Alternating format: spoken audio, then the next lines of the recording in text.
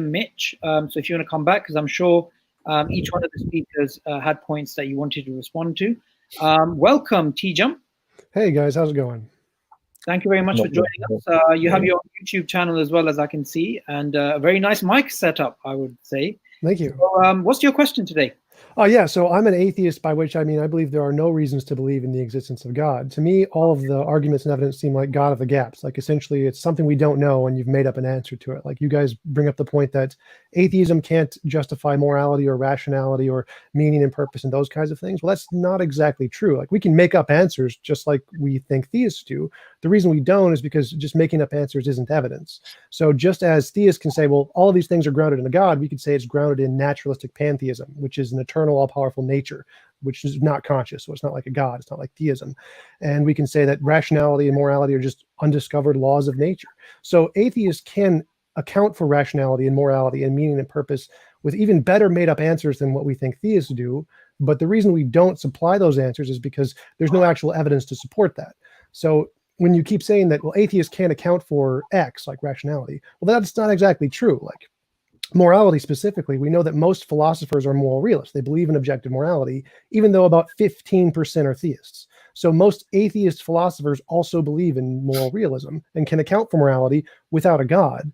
But the reason we don't is because there's no actual evidence to support one of these alternatives over the other. So we just admit we don't know, and we're just going to be happy with we don't know.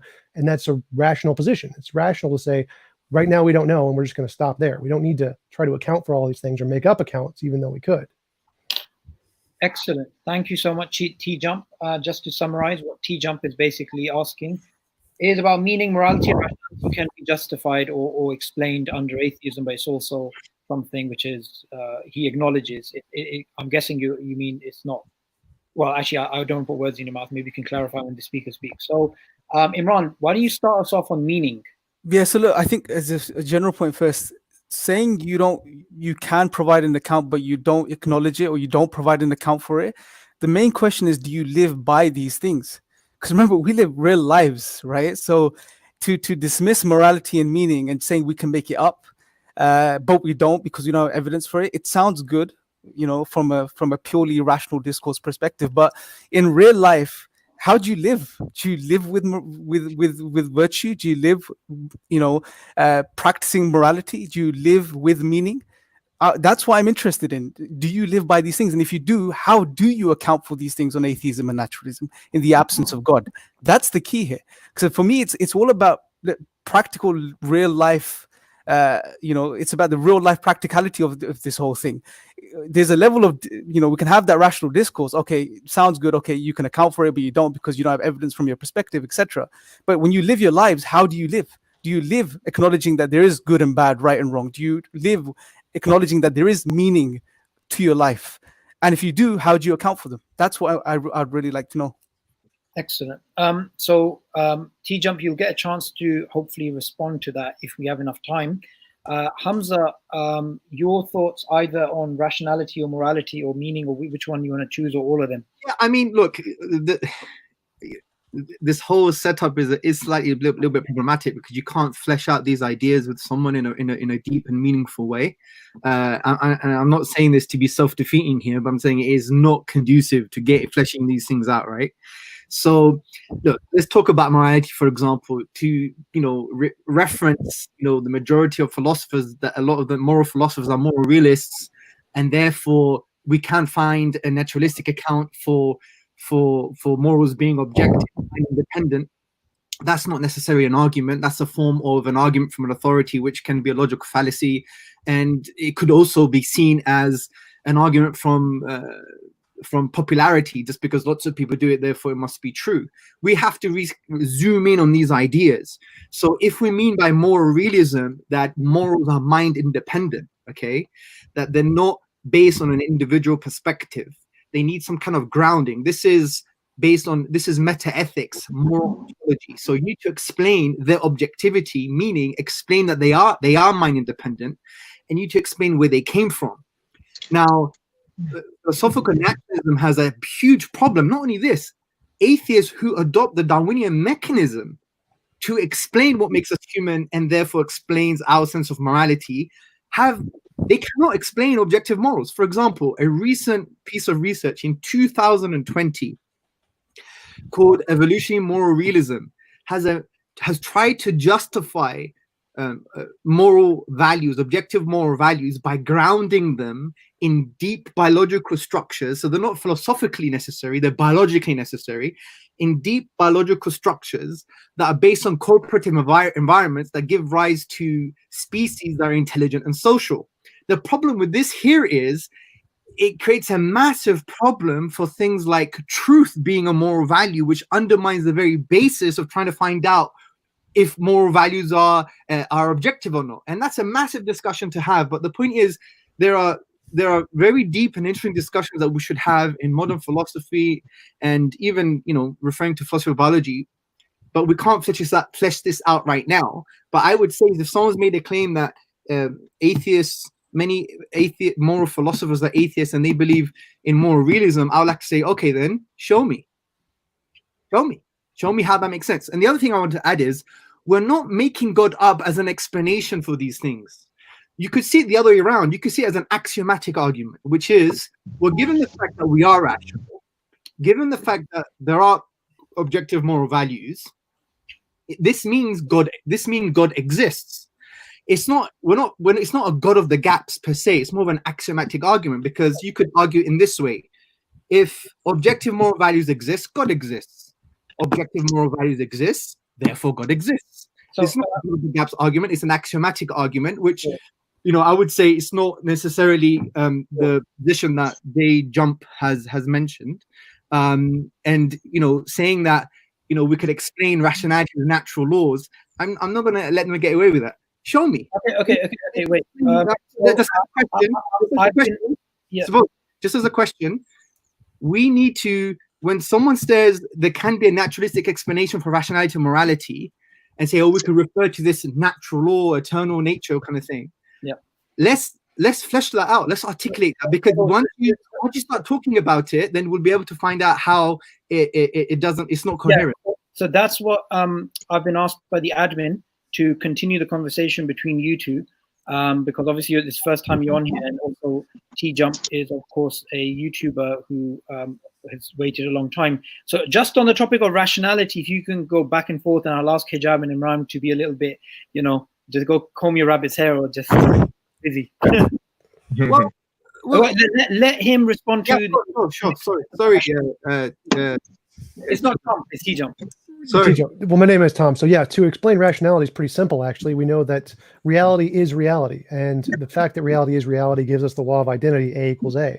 So we know logic and math are just descriptions of reality. They're like languages. We can use logic and math to describe the way reality is, and that's how we can ground logic and reason. It's just a description of the way reality is. Yes. I don't disagree with that. I think when we talk about that atheism cannot explain rationality, what we're basically saying is, if you're an atheist that adopts a Darwinian mechanism to explain the evolution of our cognitive faculties, then we can't trust our cognitive faculties. Why? Can I explain that?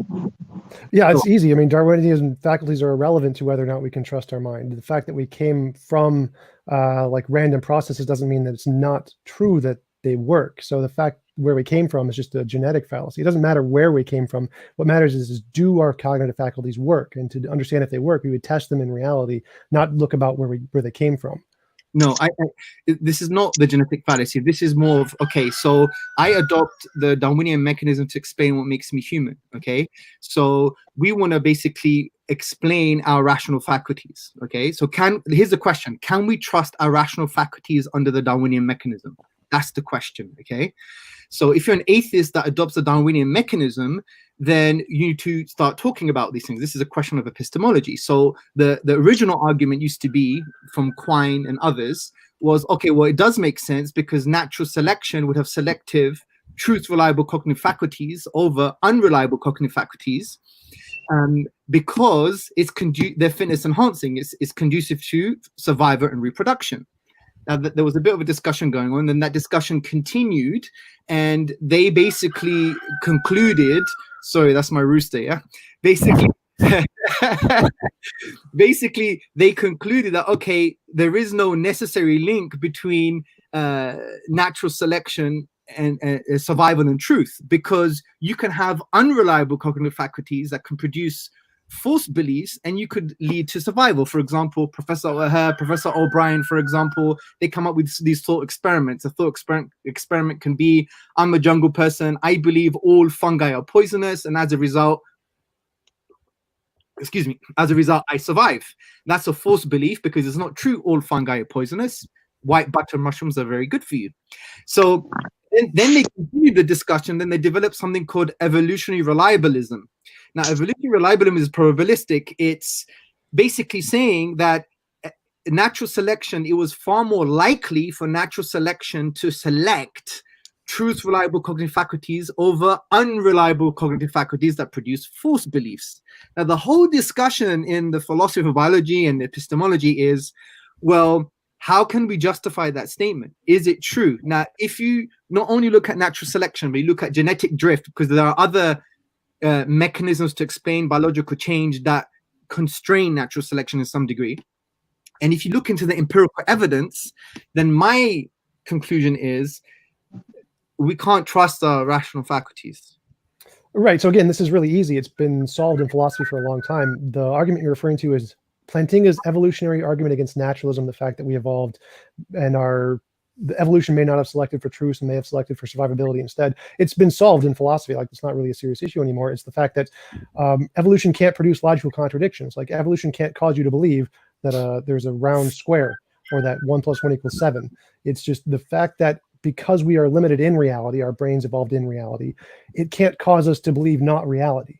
It's like saying, could evolution cause us to believe a round square? Well, the answer is no. I mean, it's literally impossible for us to imagine a round square because it's something that isn't real. It's like something that's a contradiction in reality.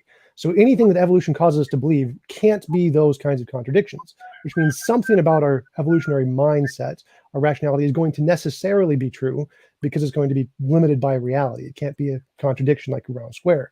And so that things like logic and math are going to be true regardless of how evolution develops at all, because they have to be. It's a logical contradiction for them to be otherwise.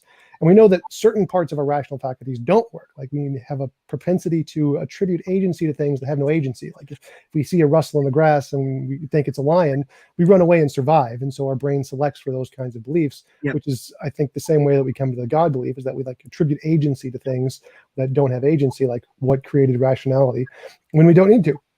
We can explain rationality pretty simply. It's a feature of reality, and our brains evolved in reality, and evolution can't cause us to believe in contradictions for the same reason reality can't have contradictions. Well, I don't know how that deals with the argument per se. And also, I would disagree with something that you've postulated there, because there is research in cognitive science that basically says that if you look at evolutionary genetic algorithms and game theory, they come to conclusion that it was probably more likely that natural selection selected our ability not to have true perceptions over true perceptions, right? It was more fitness enhancing. So from that perspective, I would disagree with that postulation. It might make sense conceptually in an abstract philosophical sense, but when you look at the empirical data, there is some kind of justification to show that in actual fact that it was probably more likely that natural selection selected our ability not to see things as they are, right? To see things as they're not, right? So I don't know how that basically fits in with what I've said, and I don't know how that basically undermines the position that I've just articulated, because I'm not really articulating Plantinga's position, because I think he goes too far. For example, in Dean in 2018, one of the most recent papers on evolutionary reliabilism, what he basically discusses is he responds to Stitch and Plantinga, and I agree with Dean's position. I think Stitch and Plantinga, they go too far in undermining evolutionary reliabilism. However, what Dean does say, and you should read the paper, it's a really good paper, he basically makes a concession and says, this doesn't justify evolutionary reliabilism and we need more empirical evidence. Now, we'll go to the empirical evidence. And I'm sorry, just to cut you off there. I've got TJump's email address. I can set up a discussion with both of you later on. TJump's a YouTuber as well. I'm sure he'll be more than happy, won't you? Sure. Yeah, for sure. Can I respond for like 10 seconds, because I can answer that. Sorry, if it's okay, can I just jump from hijab straight to Adam, because I'm going to have to skip hijab giving you a response simply because Adam's been waiting a very long time. Sure. Really sorry about that, but I've got your email. I'm going to set up a discussion between both of you. Yeah. Cool. But you got 10 seconds. Yeah. Okay. So yeah, the response is that evolution does select for our like biases, fallacies, things that we get wrong, but it can't select for wrong rationality. It can't give us a wrong rationality. It's laws of logic. It can't give us a wrong law of logic. Yeah. I know you want to respond to that, Hamza, but I'm not going to let you. we could do that another time. Thank you so much, TJump, and we're definitely going to have you again. Adam, welcome to the show. Sorry. Thank you. No worries. Ask your question and I'll direct it to Mohammed Hijab. Yeah. All right. So since I'm limited in time, I'm just gonna ask pretty quickly here. I'm curious with regards to the punishment of hellfire of non-believers. God seems to talk about in the Quran that non-believers will like burn for an eternity, and I'm just like wondering how is that justified in a sense?